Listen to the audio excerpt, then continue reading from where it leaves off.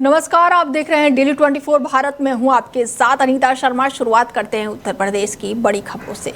Tariff war को लेकर अखिलेश यादव ने योगी सरकार को घेरा है। समाजवादी पार्टी के अध्यक्ष अखिलेश यादव ने योगी सरकार को जमकर घेरा और जमकर निशाना साधा है। उन्होंने कहा है कि अमेरिका के टैरिफ की वजह से यूपी के कारोबारियों को भी बड़ा नुकसान हो रहा है, लेकिन आज व्यापारियों की कोई नहीं सुन रहा है। सपा अध्यक्ष ने कहा कि अमेरिका ने जब से भारतीय उत्पादों पर टैरिफ लगाया है, तब से हमारे भदोही के कॉरपोरेट हो या फिर मुरादाबाद के हो या फिर ये सभी कारोबारी प्रदेश के बड़े पैमाने पर अपना नुकसान उठा रहे हैं और साथ ही व्यापारियों को कौन सुन रहा है। अखिलेश यादव ने इस दौरान एसआईआर को लेकर भी सवाल उठाए हैं और केंद्र सरकार पर तंज कसते हुए कहा है कि सरकार इस पर चर्चा के लिए शायद सही ग्रह नक्षत्रों का इंतजार कर रही है, इसीलिए सदन में इस बार बहस नहीं हो रही।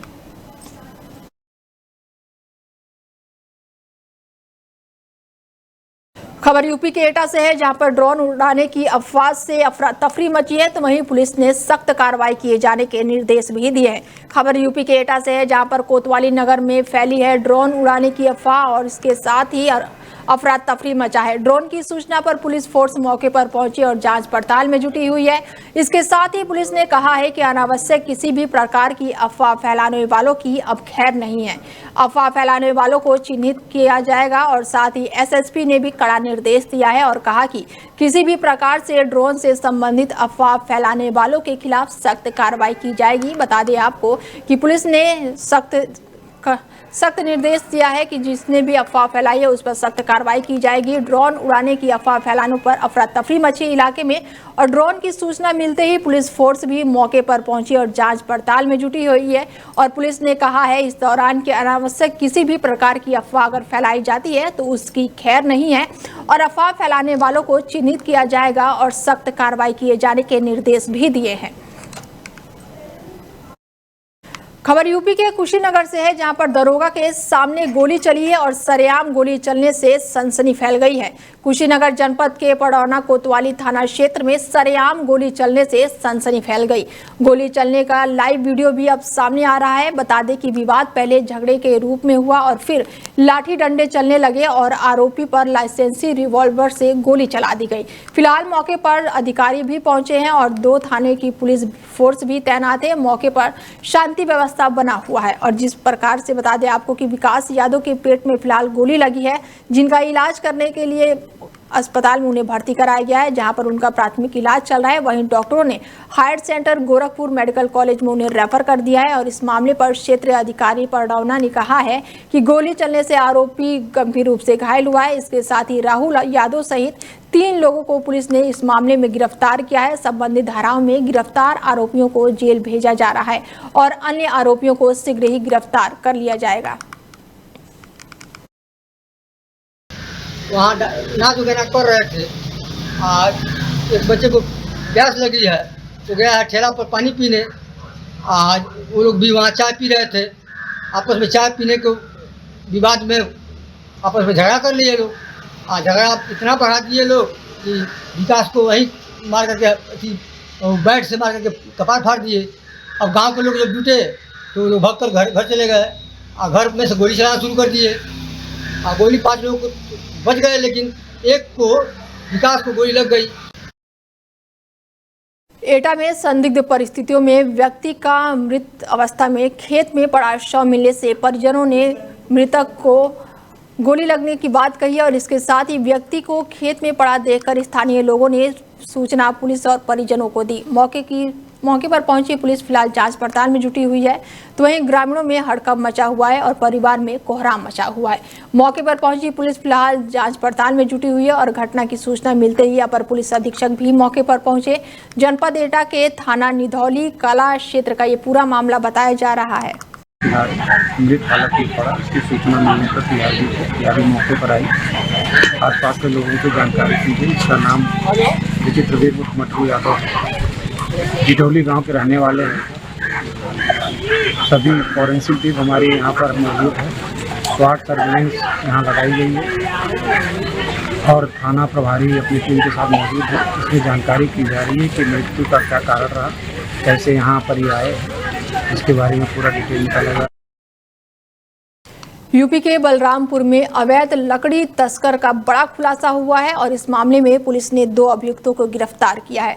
पुलिस और वन विभाग की संयुक्त टीम ने थाना महाराजगंज तराई क्षेत्र में अवैध लकड़ी तस्करी का बड़ा खुलासा किया है और घटना के अनुसार पुलिस को मुखबिर से सूचना मिली कि एक ट्रक पर बिना अभिवाहन पास के हरे पेड़ की लकड़ी लादी जा रही है और मौके पर पहुंची टीम ने ट्रक को कब्जे में लेकर सागवान और साथ ही लगभग 30 कुंटल लकड़ी बरामद कर लिया है और इस मामले में पुलिस ने 2 अभियुक्तों को फिलहाल गिरफ्तार कर लिया है। पुलिस अधीक्षक के निर्देश पर यह बड़ी कार्रवाई की गई है। जनपद बलरामपुर के थाना महाराजगंज तराई क्षेत्र में पुलिस और फॉरेस्ट डिपार्टमेंट की ज्वाइंट ऑपरेशन में एक ट्रक जिसका नंबर यूपी 12 CT 1899 सीज किया गया और उसमें 312 नग लकड़ी बरामद की गई है और 306 नग जलौनी बरामद की गई है। इस संबंध में दोनों की ज्वाइंट फर्ज पे मुकदमा पंजीकृत किया गया है। मौके से अभियुक्त अमित सिंह उर्फ अभय सिंह को गिरफ्तार किया गया है और साथ में और 2 अभियुक्त मोहम्मद सईद और इरफान नामजद किए गए हैं। झांसी से इस वक्त की बड़ी खबर आपको बता दें कि आकाशीय बिजली गिरने से किसान झुलस गया है। झांसी से इस वक्त की बड़ी खबर सामने आ रही है, जहां पर रसका थाना क्षेत्र में गांव में आकाशीय बिजली गिरने से एक किसान बुरी तरह से झुलस गया, जबकि उसकी 2 भैंसों की मौके पर ही मौत हो गई। किसान का इलाज गांव में ही चल रहा है, तो वहीं प्रशासन ने मौके पर पहुंचकर नुकसान का आकलन किया। झांसी के रक्षा क्षेत्र के मठ गांव में दिल दहला देने वाली घटना सामने आई है, जहां पर राम प्रसाद अपनी पत्नी और 2 बेटों के साथ खेती और दूध बेचने का काम करते हैं। घटना के समय सुरेश अपने खेत पर 8 भैंसों को चराने ले गए थे और इस दौरान ये बड़ी घटना हो गई, जिसमें 2 भैंसों की मौत हो गई, तो वहीं किसान भी बुरी तरह से झुलस गए हैं। मौके पर मौजूद है जो आकाशीय बिजली गिरी है, उससे हमारी भैंसें और भाई साहब हैं हमारे जो वो उनके हाथ झुलस गया है और भैंसें मौके पर ही मौके पर ही मर गई। कितनी भैंसें थी? 2 जानवर थे सर, करीब 1.5 लाख रुपए की कीमत के एक जानवर। अच्छा, ये आप लोगों को कैसे मालूम पड़ा कि? सर क्या है कि वो तो कुदरत का ही रहा है, भाई साहब भी उनके पास ही थी, तो बारिश जो आई तो वो किसी पेड़ के सहारा ले लिए तो वो दूसरी जगह पहुंच गए, थोड़ी सी दूरी पे 10-20 मीटर की दूरी पे, वरना जनहानि भी हो सकती थी मौके पर।